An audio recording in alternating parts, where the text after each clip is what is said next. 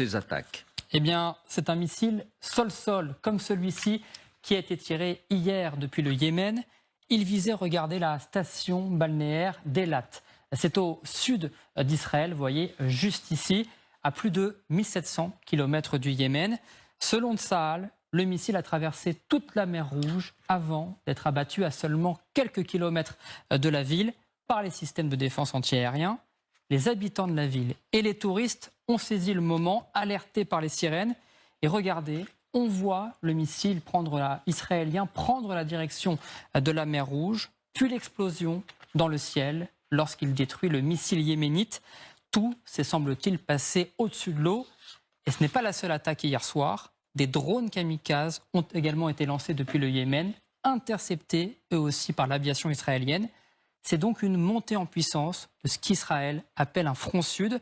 Et la menace est jugée suffisamment sérieuse pour que l'État hébreu décide de déployer plusieurs navires lance-missiles qui patrouillent déjà depuis ce matin au large d'Elat. Alors on ne connaît pas très bien le Yémen ici en France. Qui précisément est à l'origine de ces attaques?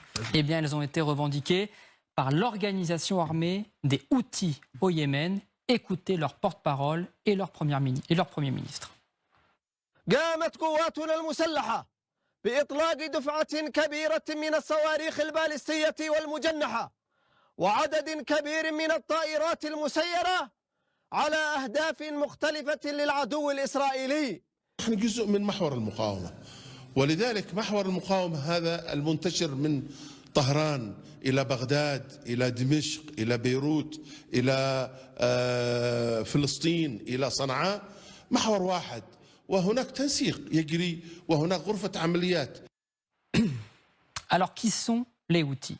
C'est un groupe armé rebelle, majoritairement chiite au Yémen. Depuis 20 ans, la milice livre sans merci une guerre contre le régime yéménite, soutenue par l'Arabie saoudite.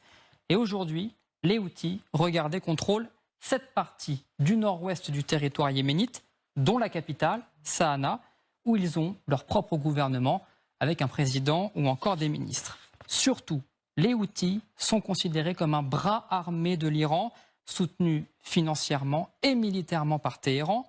Presque tout l'arsenal houthiste et d'ailleurs iranien, on parle là de chars, de fusils et donc également de missiles et de drones. Merci Quentin. Dernier point quand même, parce que dans le même temps, un autre affidé de l'Iran, le Hezbollah, donc au nord, côté Liban, fait planer la menace, et de quelle manière? Oui, le chef historique du Hezbollah depuis plus de 30 ans, Hassan Nasrallah, il ne s'est pas encore exprimé depuis les attaques du Hamas le 7 octobre. Il le fera vendredi.